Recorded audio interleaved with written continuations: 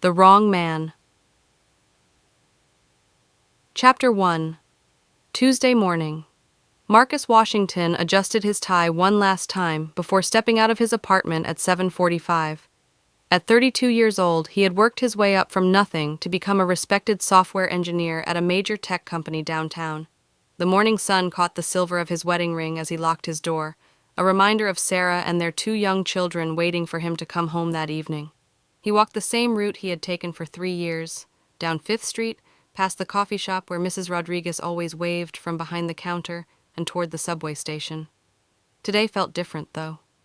There was tension in the air, like the moments before a storm breaks. Marcus had grown up in this neighborhood when it was rougher, when opportunity seemed as distant as the stars. His mother, Gloria, had worked double shifts as a nurse to keep him in school and away from the streets. "Education is your weapon against ignorance," she used to say, pressing worn textbooks into his hands. "Knowledge is the one thing they can never take from you." Now, walking these familiar streets in his pressed suit, Marcus embodied everything his mother had dreamed of. He had a master's degree in computer science, owned his home, coached Little League baseball on weekends, and had never been arrested, not even a parking ticket. At 8:15, he descended into the subway station, nodding to familiar faces. The train was delayed, so he pulled out his phone to text Sarah that he might be a few minutes late to the office. As he typed, he noticed 2 police officers entering the station, their eyes scanning the crowd with the intensity of hunters. Chapter 2. The Stop. "Excuse me, sir." The voice cut through the ambient noise of the subway platform like a knife. Marcus looked up from his phone to see Officer Daniels, a stocky man with cold blue eyes, approaching him. Behind him stood Officer Martinez, younger, with her hand resting casually on her radio. "Yes, officer?" Marcus replied, maintaining eye contact. His father had taught him long ago, "Be respectful, keep your hands visible, don't make sudden movements." "We need to ask you some questions," Officer Daniels said, his tone suggesting it wasn't really a request. "There was a robbery 3 blocks from here last night. Convenience store. The suspect matches your description." Marcus felt his stomach drop, but kept his voice steady. "I was at home with my family last night, officer. I work downtown and—" "Sir, I need you to put your hands behind your back," Daniels interrupted, already reaching for his handcuffs. "Wait, what?" "I haven't done anything wrong." Marcus's voice rose slightly, drawing stares from other commuters. Some pulled out phones, others looked away uncomfortably. "Don't make this difficult," Martinez added, moving to Marcus's left side. "We just need to sort this out at the station." Marcus's mind raced. He thought about Sarah, probably getting the kids ready for school. About his presentation at 10:30 that morning, months of work that could advance his career. About his mother's warnings echoing in his head. "The world will try to put you in a box, baby. Don't you ever let them." "Can I call my wife? Can I at least tell her?"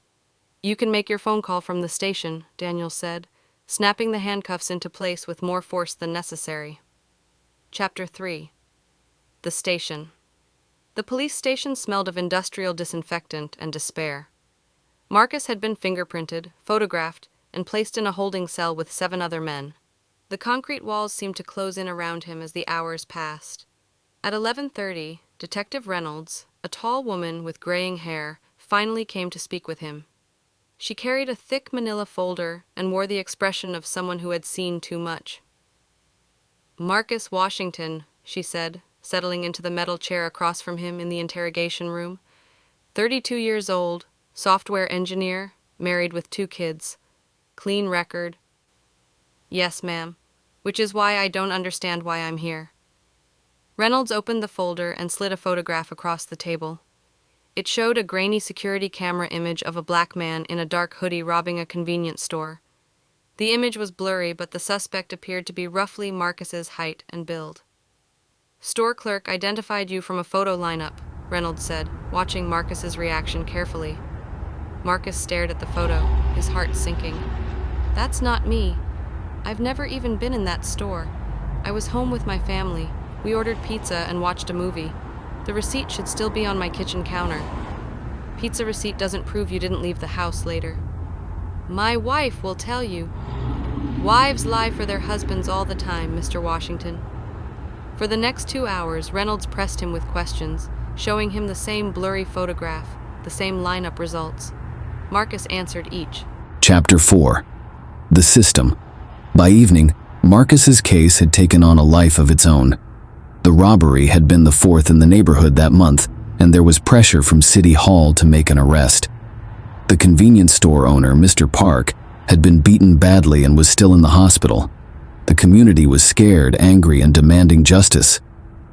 Marcus's court-appointed attorney, a tired-looking man named Stevens who carried files for 12 other cases, spent exactly 15 minutes reviewing Marcus's situation. The evidence is circumstantial, Stevens admitted, but the eyewitness identification is strong. The clerk picked you out of a lineup without hesitation. But I wasn't there, Marcus insisted for the 100th time. There has to be security footage from somewhere else that shows where I actually was. Stevens shrugged. We can try to subpoena footage from your neighborhood, but that takes time and money. The DA is offering a plea deal. Robbery in the third degree, 18 months, eligible for parole in 8. 18 months for something I didn't do? Or risk going to trial and facing 5 to 15 years if a jury convicts you. Juries see a black man accused of robbing an immigrant store owner. Stevens let the implication hang in the air. That night, Marcus lay on the thin mattress in his cell, staring at the ceiling. Through the small window he could see stars, the same stars he and Sarah had looked at on their first date, the same ones he pointed out to his children during camping trips. They seemed impossibly far away now. Chapter 5. The Trial. 3 months later, Marcus sat at the defendant's table wearing the same suit he had been arrested in, now wrinkled from storage. The courtroom was packed.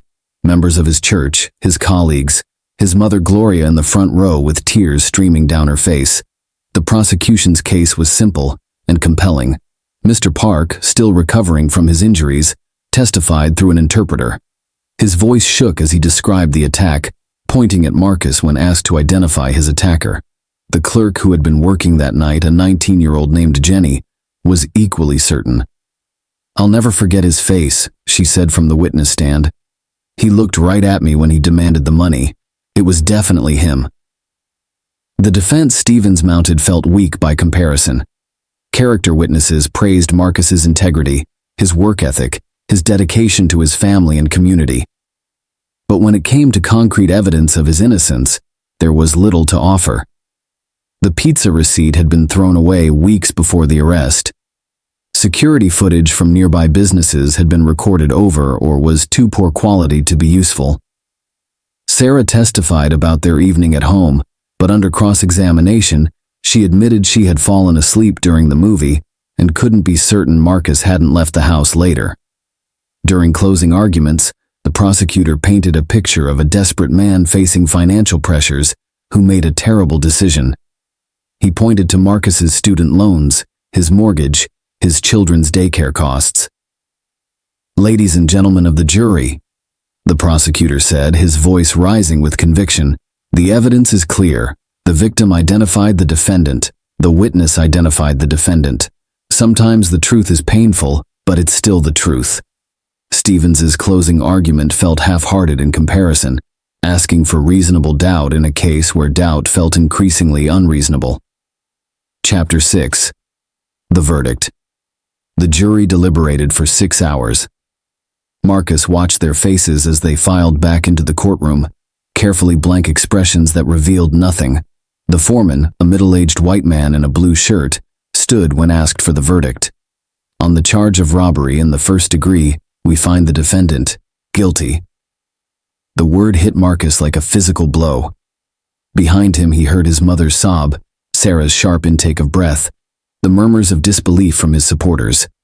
The judge scheduled sentencing for the following month and remanded Marcus to custody immediately. As the bailiff approached with handcuffs, Marcus turned to look at his family one last time. His 6-year-old daughter, Emma, was crying without understanding why. His 4-year-old son, Michael, waved at him with innocent confusion. I love you, he mouthed to Sarah, who was being supported by her sister as sobs racked her body. The jail cell felt different this time, permanent in a way it hadn't before. Marcus was no longer a suspect awaiting trial. He was a convicted felon facing 7 to 20 years in prison. Chapter 7. Prison Attica Correctional Facility was everything Marcus had hoped never to see. The walls were gray, the guards suspicious, and the other inmates a mixture of hardened criminals and men who, like him, seemed out of place in this world of violence and desperation. His cellmate was a lifer named Jerome, who had been inside for Chapter 9, The Release. The legal machinery that had moved so swiftly to convict Marcus moved much more slowly to free him. It took 6 months of court hearings, DNA testing, and legal wrangling before the conviction was officially overturned. On a cold Thursday morning in March, Marcus walked out of Attica carrying the same small bag of belongings he had entered with 4 years earlier. Sarah was waiting by the gates, older now, but still beautiful. Still his anchor in a world that had proven itself capable of casual cruelty. They held each other in the parking lot while news cameras recorded their reunion. But Marcus felt disconnected from his own freedom, like he was watching someone else's life through glass. The children barely knew him. Emma, now 10, was polite but distant. Michael, 8, hid behind his mother's legs and wouldn't make eye contact. 4 years was a lifetime to them. Their father had become a stranger who looked familiar but felt foreign. The house was smaller than Marcus remembered, or perhaps prison had changed his sense of space.